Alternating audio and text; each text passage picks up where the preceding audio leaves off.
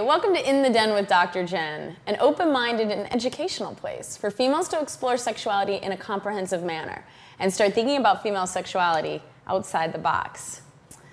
Now, I had the pleasure recently of organizing the Heart and Soul of Sex Women's Retreat with my guest here, Linda Savage.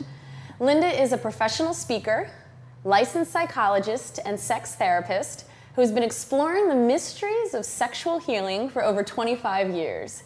She's an ASEX certified sex educator, a diplomate of the American Board of Sexology, and a member of the Institute of Marital and Sexual Therapy. Linda specializes in working with couples on a variety of sexual issues. Great to have you here, Linda. Thank you so much. Great to be here. I first would like to ask you about the work that you do with couples around sexual issues. So first of all, and I don't know if you can reduce it to this, but are there three biggest factors that you see facing couples seeking you for therapy? Well, that is reducing it quite a lot. Excuse me. Basically, what we've got now with long-term couples, not the short-term, we're still hot because it's early sex, is a belief that there's a gold standard for sexuality, and it's usually based on people's either reading material and movies or their own experience with early sex, courting, single years, etc. So that's the gold standard. So fast forward 5 years later, and we have a couple that have become bored in the bedroom. Certain things are happening or not happening, and they're still thinking it ought to be like it used to be. Okay. So that's one of the biggest problems, is this comparison to some expectation in the sky. And it's fueled also by all of the magazines that warn us, oh, you better watch out, better please your man, and then, all of the statistics that get thrown out in the media. Second issue is that we have a culture that bases the idea of sexuality on the male model. And I don't even think males benefit from that model. It's a performance model. It's a very looking at frequency and how long, how often, how this, how that, and it's goal-oriented. Yeah, let's go for the big O. And every behavior that occurs often in the bedroom is, let's see how we can produce an orgasm. So that performance model and the anxiety around it, of course, creates problems, and it doesn't fit women's model of sexuality at all. For women, past again that early, easy stage where sex is wonderful because your brain's on drugs, essentially. Women are thinking, wait, what happened to the build-up? What happened to the I adore you? What happened to the I'm really focused on you, kind of sexuality? Not to mean that it has to be self-centered for women, but that there's a real sense of connection. Absolutely, yeah. The third one I would say is that we as a culture are very afraid of aging.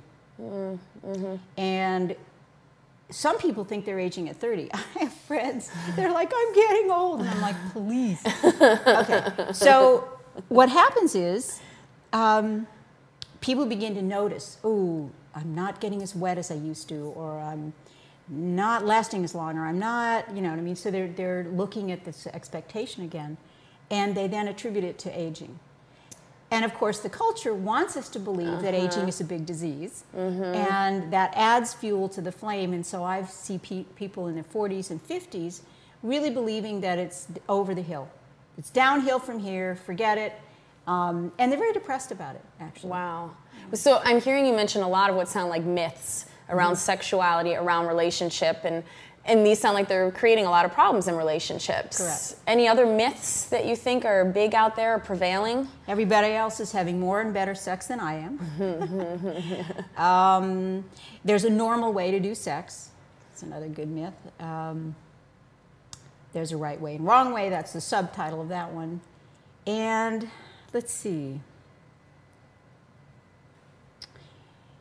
Well, then we've got the myths around what's okay to be able to do. What's your orientation, and is that normal, and all of that. So the whole cultural conversation about what sex should be and who you should have sex with and all that. Absolutely. And so a lot of the normality thing. And right. To me, where I'm really seeing that is around female sexual dysfunction, that I feel like that's so big in the media. There's growing trends around products, to target and fix women's low libido. What's going on here?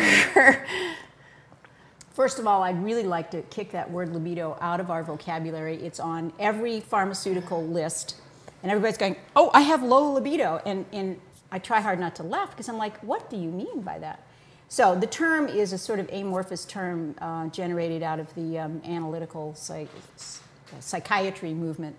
And it could mean anything from desire, arousal, dysfunction, you name it, low libido. So what's going on with women in particular, which I think is very insidious, is we have now this effort to medicalize women's sexuality. So we have a new term called FSD, meaning female sexual dysfunction. Well, that's about as generic a term as I can imagine. But Scientific American published an article, I think it was in 2000, that said 43% of women will have FSD sometime in their lives. And I laugh because I go, sometime in their lives, that means everybody is going to have a period of time where sex isn't working well for them. But, everybody's alarmed. And, of course, the pharmaceutical companies, bless their hearts, are trying to come up with a cure. Now, there's a whole movement called the New View of Women's Sexual Concerns. And it's a feminist movement. Unfortunately, it's being sort of set aside as that's a feminist movement, sort of like angry women burning their bras. But at the heart of it is looking at all the factors that affect women's sexuality. And if we look at not just middle-class couples, the kind that would come to sex therapy, but women, low income, poverty level, et cetera, we've got everything from economic, sociological, to power differentials in their marriage or their relationships, to unwanted pregnancies, to STDs, you name it. So there's been an attempt to rename what's going on for women. And my particular way of renaming it has to do with looking at the 3 stages of women's adult lives.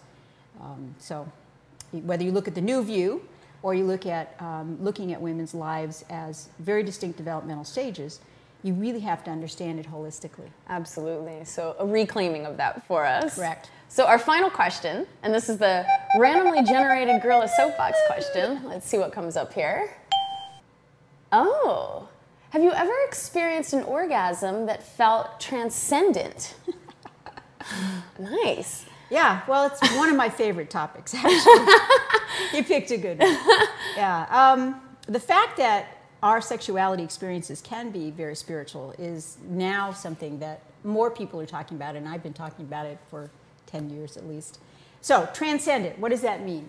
Sense of loss of your body, merging with the universe, feeling of oneness with your partner, being bathed in this energy light. I mean, it's a lot of ways to describe it, and yes, I have. You have? It's probably one of the things that's gotten my attention. It's why I've gotten in the sex field. And I've even had it in dream states. So there's a whole story in my book about having had that experience in a dream state. But yeah, I have. And what's interesting about it is that you can't make it happen. You can't sit down and go, okay, tonight I'm going to have a transcendent orgasm, and I will sit here until it happens. A lot of people have it spontaneously. But the thing that I always encourage men and women is that it is an option, it is a possibility. And there are conditions that will make it more likely to happen.